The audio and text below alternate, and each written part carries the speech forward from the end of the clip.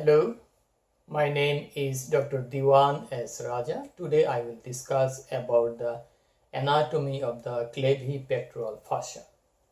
What is clavipectoral fascia?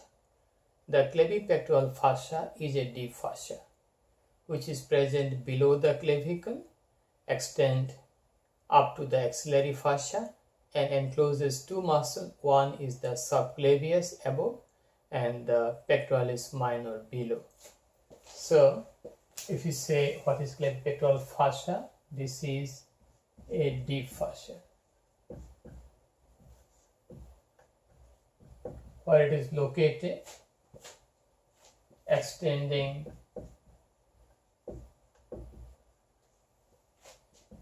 from the clavicle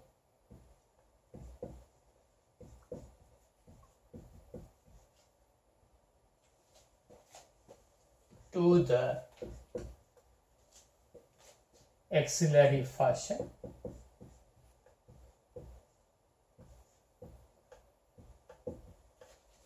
behind the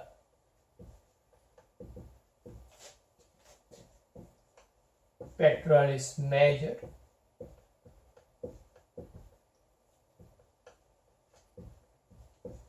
and enclosing the subclavius and the pectoralis minor muscle. Pectoralis minor muscle. Okay, we got the clavipectoral fascia, a deep fascia extending from the clavicle. So this is the clavicle or collarbone, clavicle to the axillary fascia. This is the axillary fascia, axillary fascia.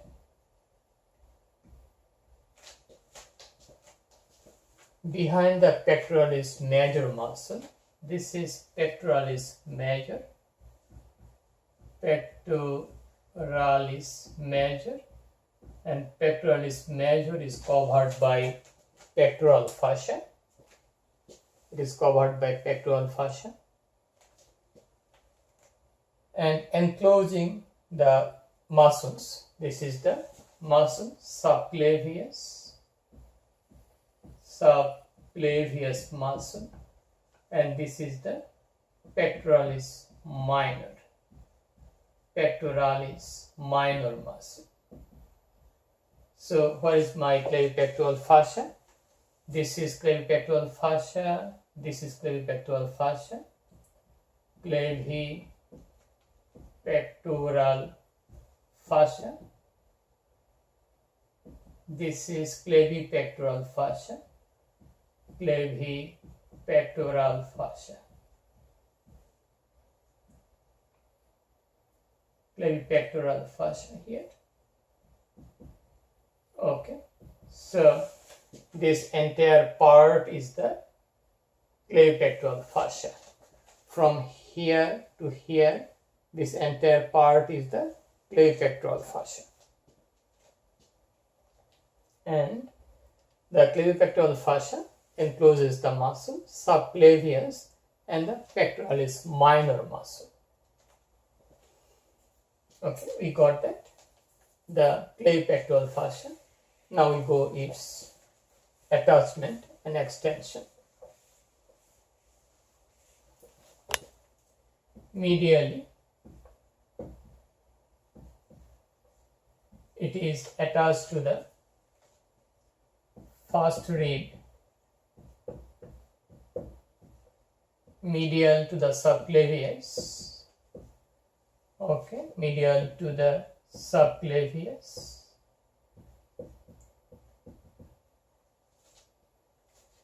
It is attached to the attachment. Okay, that is the medial attachment. First rib, medial to the subclavius muscle, then the costoclavicular ligament, costoclavicular ligament, and external intercostal muscle, and the external intercostal membrane, external intercostal membrane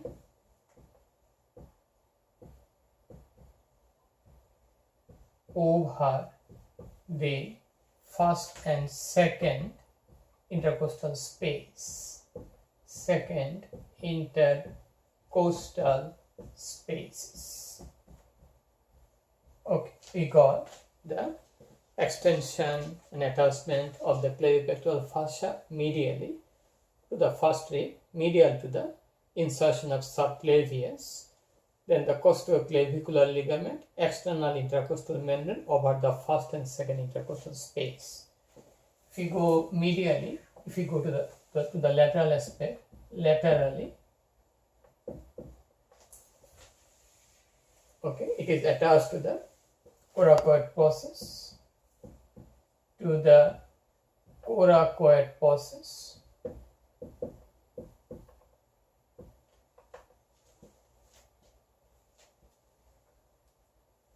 and coracoclavicular ligament,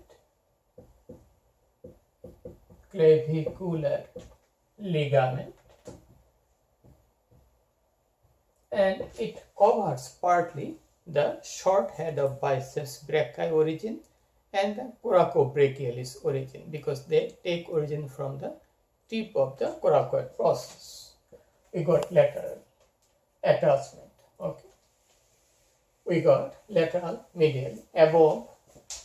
This is split into two, above. Okay, the clavipectoral fascia, clavipectoral fascia splits into two lamina,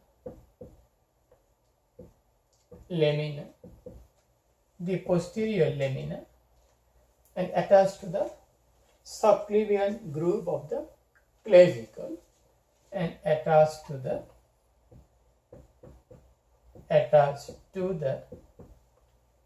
subclavian groove of the clavicle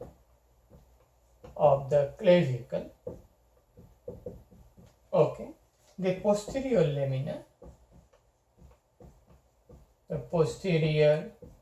lamina,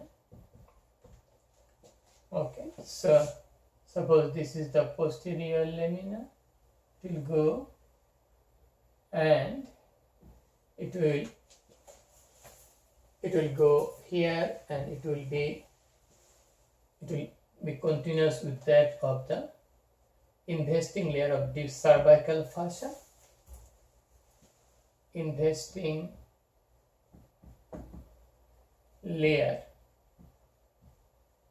of deep cervical fascia, deep cervical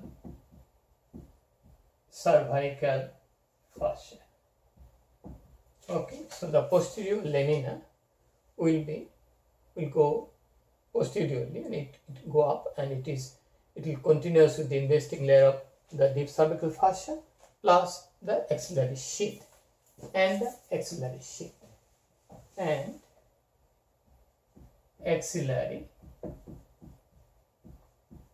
sheath. Okay, we got the posterior limb. Anteriorly, it is going to the groove, okay, attached at the lip of the subclavian groove. Okay, it may go anteriorly, and it is going here is the pectoralis major muscle. Okay, so we got the investing layer of deep cervical fascia and the axillary sheath. Posterior lamina is continuous with that, and also the axillary sheath. Below here, just below the subclavian groove, it encloses the subclavius muscle, Okay, and from subclavius to the, this is subclavius, this is subclavius insertion, okay, and this is the pectoralis minor muscle, pectoralis minor muscle. This part is thickened, and this part of the coracoid process, okay, then subclavius and pectoralis minor, ralis minor, and this part is called, this part of the, this part between the clavipectoral fascia, pectoral fascia, between the subclavius and the pectoralis minor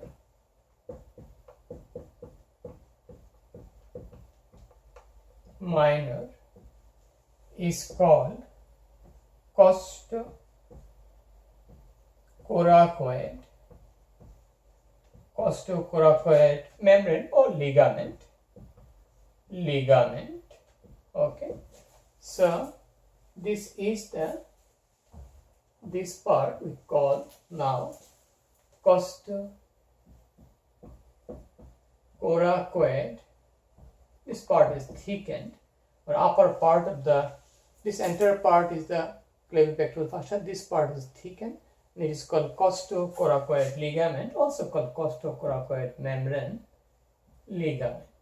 Okay, the lower part is thin, lower part, that part below the pectoralis minor, the clavipectoral fascia, from the clavipectoral fascia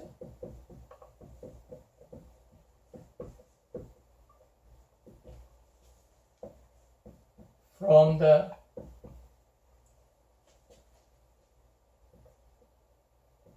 pectoralis, lower part of the pectoralis minor to the axillary fascia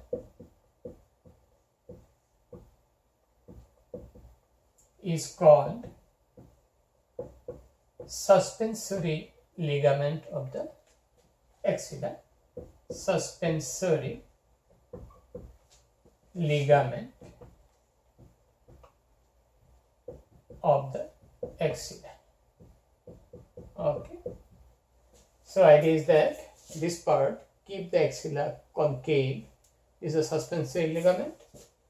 This is the suspensory ligament. Okay, ligament, suspensory ligament. So both of them are the part of the clavipectoral fascia. This is clavipectoral fascia upper part, this is the lower part, this is thin, this is thick. Okay, we got the clavipectoral fascia extension. Now, what structures pierces the costocoracoid ligament or upper part of the clavipectoral fascia? Structures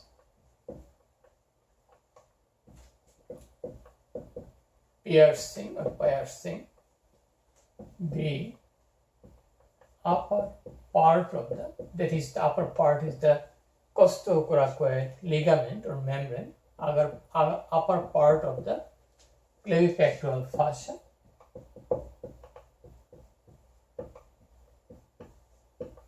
What are those structures?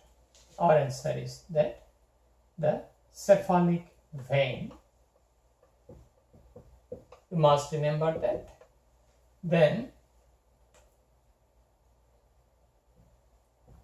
thoracoacromial artery, thoracoacromial artery. Then lateral pectoral nerve,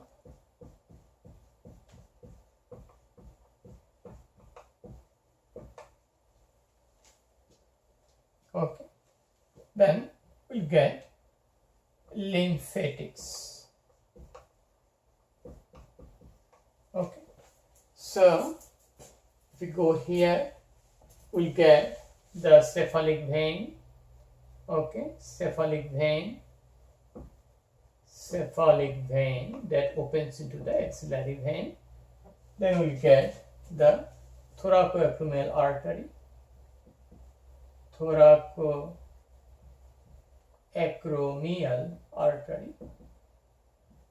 okay,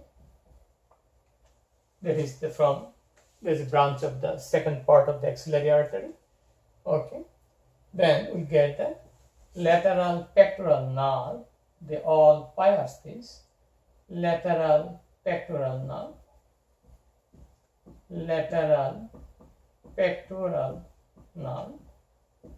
and certainly we have some lymphatics. Okay, lateral pectoral nerve and lymphatics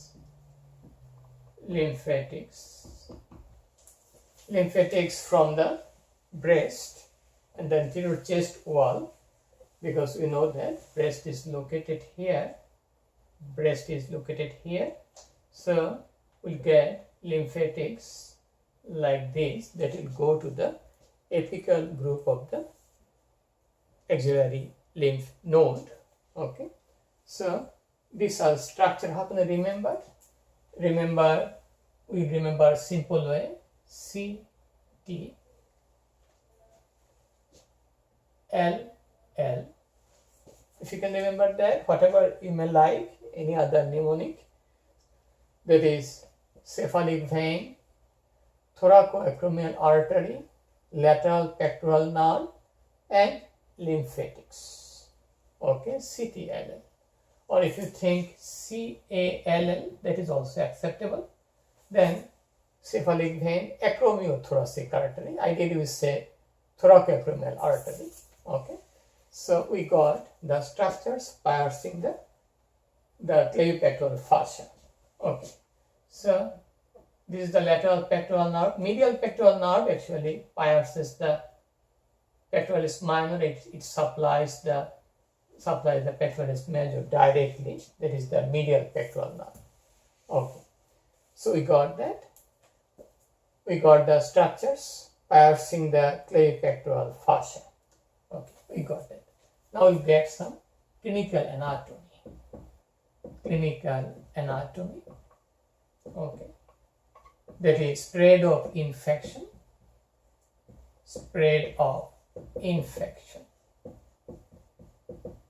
Okay, so if the infection or if the suppuration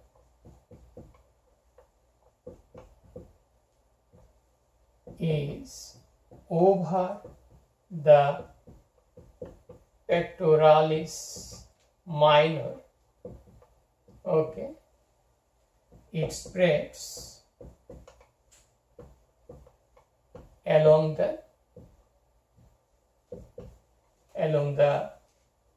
deltopectoral group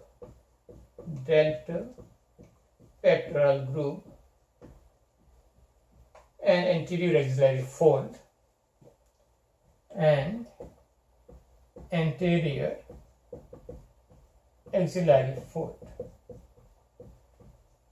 Okay, this is one. If it is deep to the pectoralis minor, is deep to the pectoralis minor,